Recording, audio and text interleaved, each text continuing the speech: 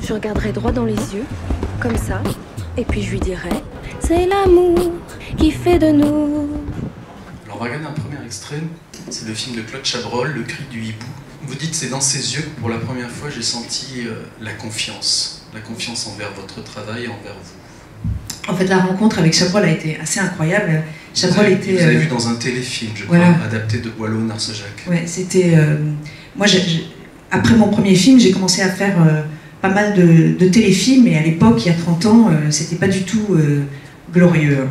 Et il y avait vraiment une grande disparité de niveau et de qualité entre le cinéma et la télé. Donc quand j'ai commencé à la télé, bon, on faisait des téléfilms, et moi j'apprenais, donc j'étais déjà contente de travailler. Et puis Chabrol, qui était téléphage, tombe sur un de ces téléfilms qui était vraiment pas brillant. Et je sais pas par quel miracle, il a voulu me rencontrer. Et quand je suis arrivée dans son bureau, bon, j'étais hyper impressionnée et intimidée. Et il m'a dit, voilà, il m'a tendu le scénario du Cri du hibou en me disant, lis-le. Et j'étais tellement hallucinée d'être face à lui que mon cerveau a vrillé, et je me suis demandé s'il fallait que je le lise à voix haute devant lui, là. Et donc, j'ai pas compris. Et puis il s'est levé, puis il m'a raccompagnée à la porte, et donc là j'ai compris que c'était une vraie proposition, donc je suis ressortie avec le scénario en disant voilà, Claude Chabrol vient de me proposer un rôle, Claude Chabrol vient de me proposer un rôle. Bon, j'ai eu du mal à réaliser, et en fait il avait confiance en lui, en son jugement, parce qu'il a toujours été très très juste et très pointilleux dans ses castings, et aucun comédien n'était pas à sa place. Il avait vraiment un sens très, très exigeant du casting et des distributions.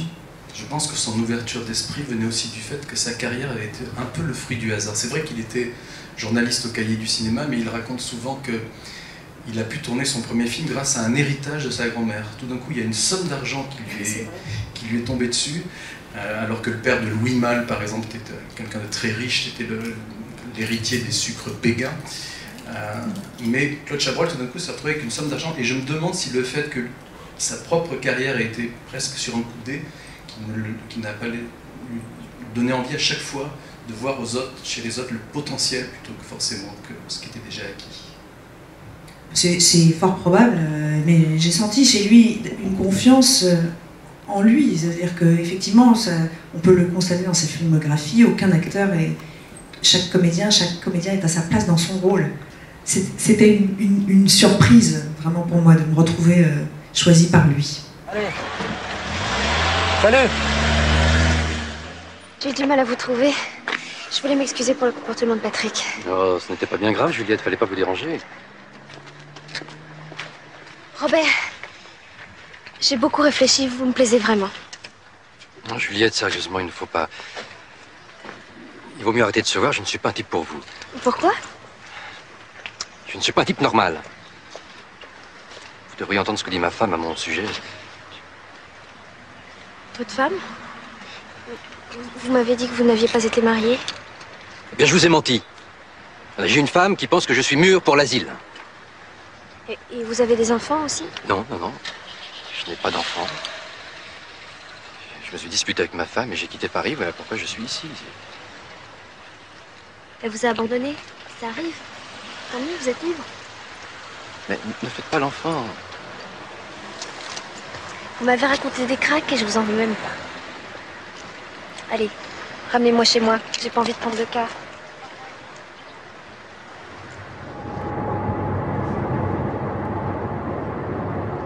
Écoutez, vous savez absolument rien de moi. C'est vrai que je suis complètement instable. Quand j'avais 20 ans, j'ai fait une dépression terrible. On m'a soigné pendant 6 mois. L'année dernière encore, j'étais dans un drôle d'état. Et même maintenant, je dois faire des efforts constants pour rester sain d'esprit. Nous en sommes tous là, vous savez. Et vous croyez que tout le monde vous aurait épié pendant des semaines par la fenêtre de votre living? Vous trouvez ça normal? Non, mais ça me plaît bien, finalement. Vous n'y pouvez rien, vous me plaisez. Je ne veux jouer aucun jeu, Juliette. Je crois que vous ne jouez pas. Je crois que vous conduisez de façon très honnête. Écoutez, je suis capable de faire des choses terribles. Un soir, j'ai pointé un fusil sur ma femme pendant qu'elle dormait. Je me suis approché d'elle et j'ai mis le canon tout près de sa tempe. Presque elle a touché. Et vous avez tiré? Elle serait morte si j'avais tiré. C'était pour voir. Je crois que vous êtes incapable de tuer quelqu'un. Oh, je crois qu'il n'y a pas un être, pas une chose qui vaille la peine qu'on tue. Vous voyez que je vous connais mieux que vous le pensez. Mais non. Vous savez, moi dans le temps j'avais peur de la mort. Alors je me suis mise à y penser sans cesse, jusqu'à ce qu'elle me devienne familière. Vous voyez ce que je veux dire?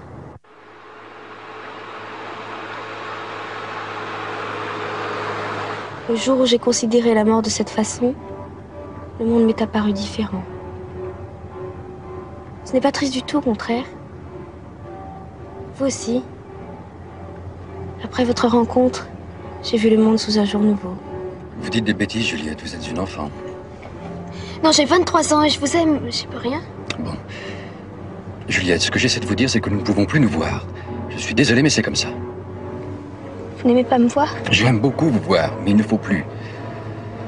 J'aime vous savoir heureuse. Je suis heureuse. Quand je vous observais à travers vos fenêtres, j'aimais vous imaginer heureuse avec ce garçon que vous alliez épouser.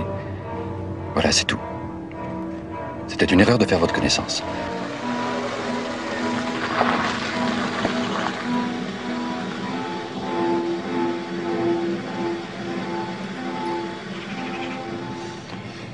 En tout cas, je vous remercie d'une chose, c'est de m'avoir aidé à comprendre que je n'aimais pas Patrick et que je ne l'épouserais pas. Je vous remercie beaucoup. Patrick ne sera pas de cet avis. J'y peux rien, c'est comme ça. Bon, alors, au revoir. Alors, goodbye. Goodbye.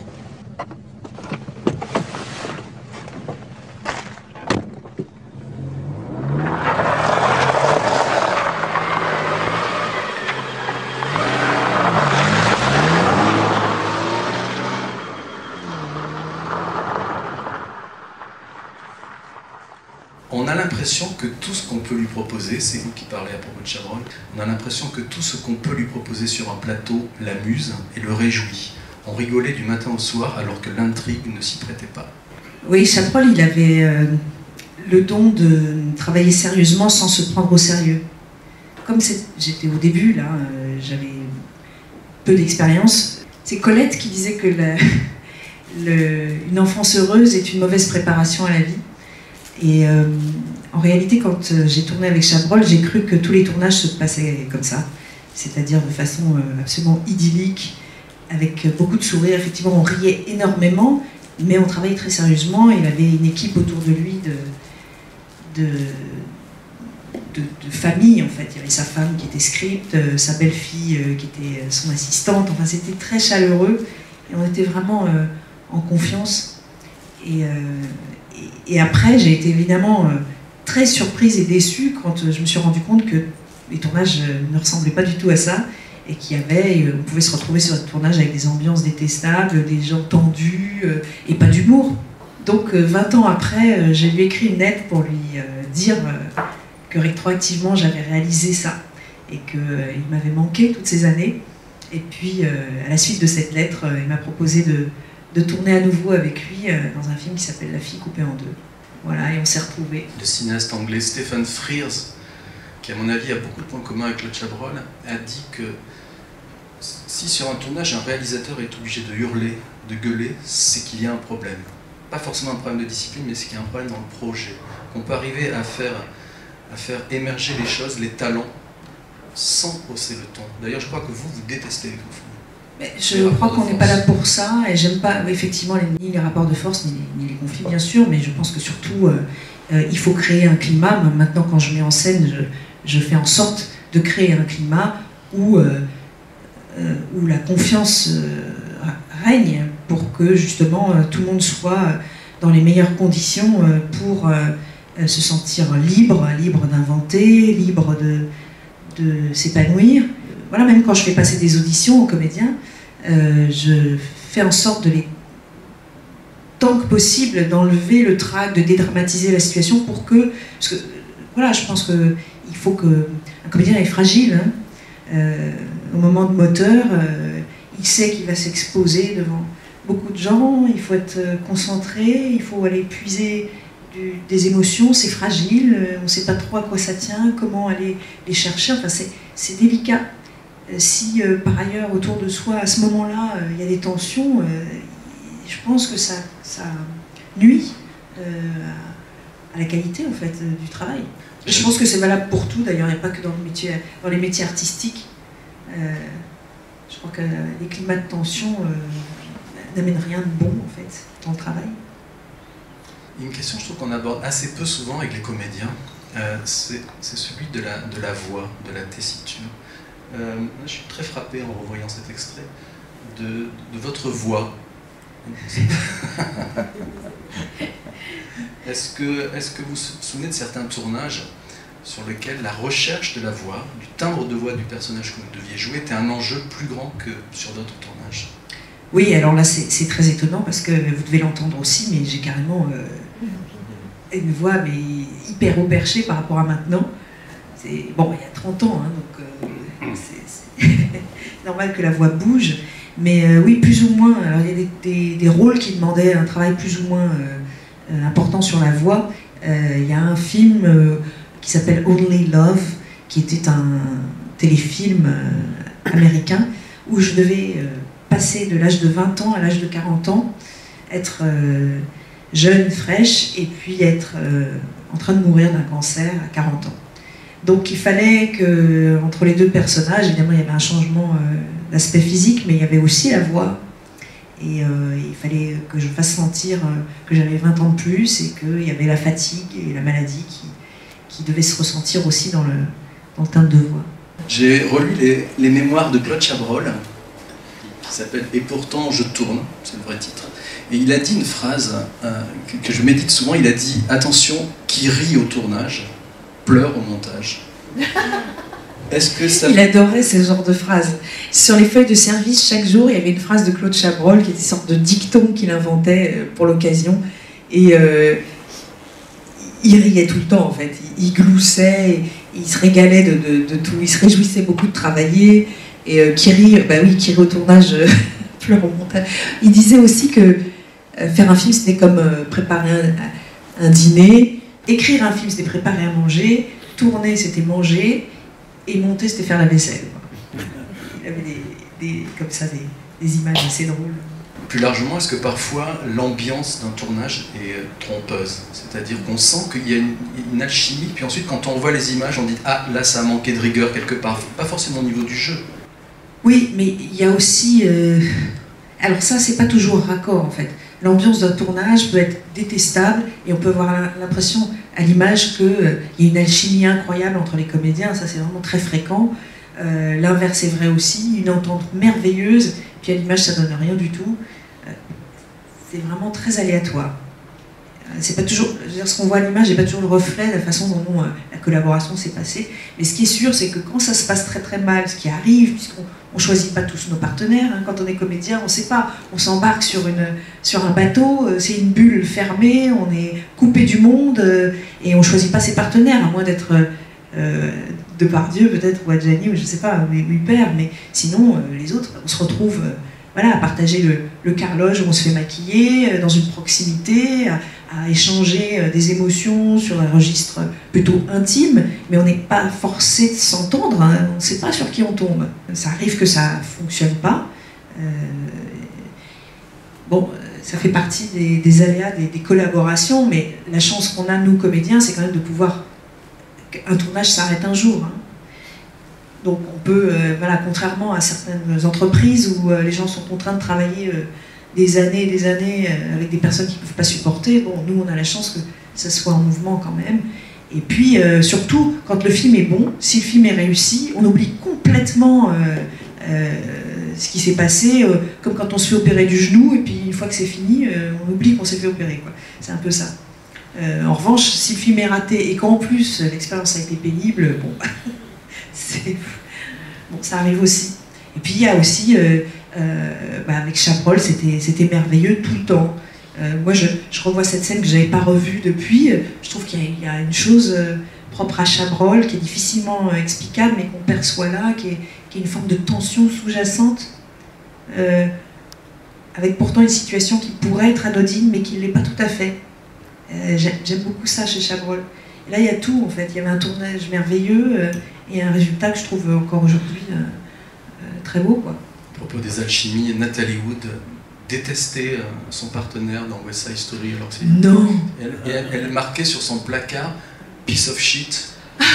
C'est pas vrai. À propos du comédien, et voilà. Ah non, vous détruisez mon mythe. Tombe de haut. Merci. Ne tombez pas. J'ai une bonne nouvelle. Ah. J'ai trouvé un extrait dans lequel vous ne pleurez pas. Chouette. Le film de Claude Chabrol, La fille coupée en deux. Alors, il va y avoir 2 extraits mis côte à côte, et j'insiste quand même sur le fait que c'est vous qui ouvrez le film. Le film commence par vous qui arrivez en voiture. Je pense que Claude Chabrol vous rendez hommage.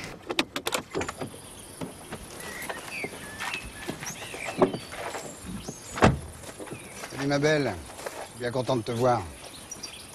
Tu as fait bonne route? La meilleure qui soit. Je me suis arrêtée à midi chez Georges Blanc. Tu as toujours de bonnes idées, toi. Ça m'a prise comme ça. Ah, c'était divin. J'ai pensé à toi. Le salaud, il s'est encore ici. Tu m'as l'air en forme. Je suis. Plus ce qui t'attend, ça vaut mieux. Tu as encore chargé la mule? Capucine. Ne tire pas trop sur la corde. Plains-toi. Non, laisse faire. Oh, Dieu, mais qu'est-ce que c'est que ça, là? Un sanglier? C'est pas le modeste, c'est ton œuvre. Giraudet me tape depuis 1 mois pour que tu fasses une signature dans sa librairie lundi après-midi. Il a peur de manquer de stock, alors j'assure la livraison. Non, laisse, je viendrai demain. On se tirait à 200 ou 300 000, tu sais. Tu n'auras pas à te plaindre. Je ne vais pas me plaindre. Non, ça j'apprends. T'as toujours ton petit appart en ville? Toujours. T'es devenu le seigneur du coin, hein? Le marquis de Carabas. Marquis de Sade, ouais. Tu veux boire quelque chose? Non, merci. Bon, ben, moi si.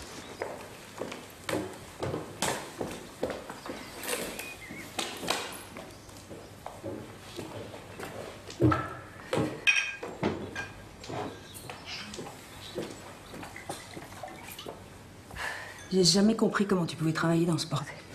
Et je ne peux pas travailler ailleurs que dans ce bordel. Toujours à la main. Toujours. Où est Donna? Là-haut, dans son antre, elle travaille comme une bête. Tu l'aimes toujours? Plus que ça, mon enfant. C'est une sainte. Pas que, hein, mais c'est une sainte. Mais pas que. Capucine! Capucine! Quel plaisir de te voir. Fais-toi voir. T'es encore âgée. Pas trop, j'espère. Je ne voudrais pas avoir l'air ridicule. Solo, pas la langue. T'as pas d'aujourd'hui seul. Arrêtez tous les deux, vous m'excitez. Qu'est-ce qui t'a pris de faire travailler Charles un dimanche? Oui, qu'est-ce qui t'a pris? Et pour une chaîne câblée en plus. Mais justement, d'après Henri, les chaînes câblées provinciales, c'est le fin du fin. Question image. Question image, mais comment tu parles? Je rêve. Les questions emmerdement, c'est quoi? Oh, tu vas pas nous faire un caprice. Tu connais Bernard depuis l'école, et le jeune Volt qui doit t'interviewer est très bien. Tu l'as jamais vu? Je vous envie tous les deux. Qu'est-ce que tu as envie, toi? Votre amour. Sans bavure, sans compromis, sans enfantillage. Pas difficile, je vis avec une sainte. Ouais, tu l'as déjà dit, ça. Oui. Vous savez, son rêve à la Sainte, si elle avait une deuxième vie? Revenir sur Terre avec une paire de couilles.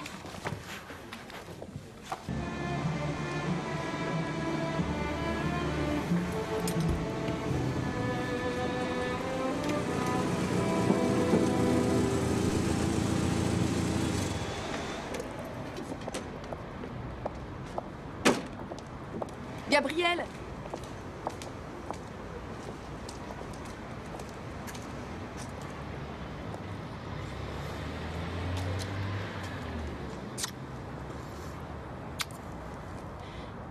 Comment te sens-tu? Je me sens même plus. Je suis complètement anéantie, vide. Je l'aimais tellement.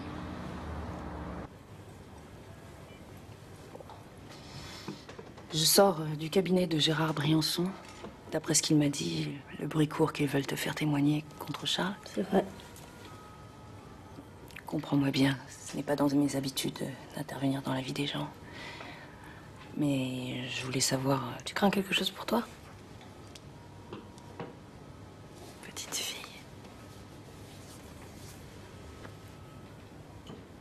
Non, ce n'est pas pour moi, ni pour la réputation de Charles.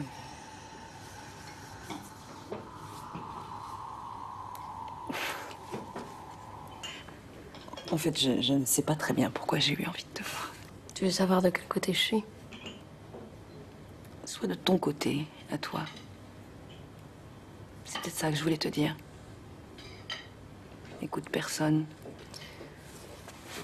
Je crois que je vais dire la vérité. La vérité est toute la vérité. Ce ne sera jamais que la tienne. C'est la seule que je connaisse. Ça, ouais. Là, sur le cou, enfin, ici. Ça. Tu l'embrasses. Oui, j'embrasse. Pendant qu'il lui cache le... D'accord. Oh, c'est notre cochon. C'est mon premier porno. C'est vrai? J'espère que c'est pas le dernier. La main qui rentre dans le champ, et c'est à la main, on coupe à la main. Oui, oui, c'est très bien. C'est un film, je trouve, super sous-estimé. Ça reste ouais, je crois que c'était un bon film, d'après mes souvenirs, mais encore une fois, c'est un peu fou. Ça fait longtemps. Chabrol parlait, à propos de ce film, disait la vraie erreur, c'est de croire qu'il y a des frontières entre le bien et le mal, entre le beau et le laid, entre la résistance et le pétainisme. Il allait toujours très loin. Mais est-ce que, finalement, le hasard a fait que Claude Chabrol, c'est ce qui s'est le rapproché un peu plus, le plus d'être un Pygmalion pour vous? Deux films, mais bon. Ça a été, oui, vraiment la rencontre la plus marquante, je pense, la plus importante pour moi. Ça a été vraiment celui qui m'a offert d'abord les plus beaux rôles. Je les trouve... je me sentais bien dans cet univers-là. Je trouve qu'il y a une élégance, en fait. Il y a une subtilité, il y a de la finesse. Ça permet vraiment de jouer sur des zones très fines. On n'était pas dans l'expression des cris, des pleurs, enfin, de la tragédie. C'était très subtil. Moi, j'aime bien ce jeu-là, j'aimais bien cette proposition de rôle et la façon dont les personnages sont vus par Chabrol. J'aimais bien ce regard-là sur les personnes, sur cette ambivalence, en fait. Là, je trouve que même cette scène dans le café avec Ludivine Sagné, il y a une ambivalence dans mon personnage que je n'avais même pas perçue en le jouant et qui se ressent là. Et j'aime bien avoir cette lecture aussi des personnes. Je suis d'accord avec lui là-dessus, ce regard-là. Et les personnes sont ambivalentes. Personne n'est tout noir, tout blanc. C'est vrai que la frontière, elle est fine et que j'aime ce cinéma fin, en fait. Il y a autant la caméra de Michel Deville, dont on a vu tout à l'heure toute peine confondue, c'est une caméra, je dirais pas à l'économie où les choses sont pensées. Là, on est dans le bon vieux chant contre chant au café. La caméra tourne, laisse tourner. C'est quelque chose de tellement classique et en même temps, il y a tellement de choses qui passent. Ouais, il y a une tension. Sacha Brol, il était le maître de ça, en réalité, sur des scènes apparemment anodines. Il y avait une espèce de tension. C'est vrai que c'est une scène très simple. Il y a quelque chose qui fait vraiment... C'est comme les grands cuisiniers, en fait. On dit, on les voit, c'est pas la sophistication des plats, mais sur un plat tout simple, on voit un grand cuisinier. Je trouve que là, comparaison culinaire, il aimerait bien ça, Chabrol. Donc, C'est vraiment une rencontre insolite. Entre vous et moi,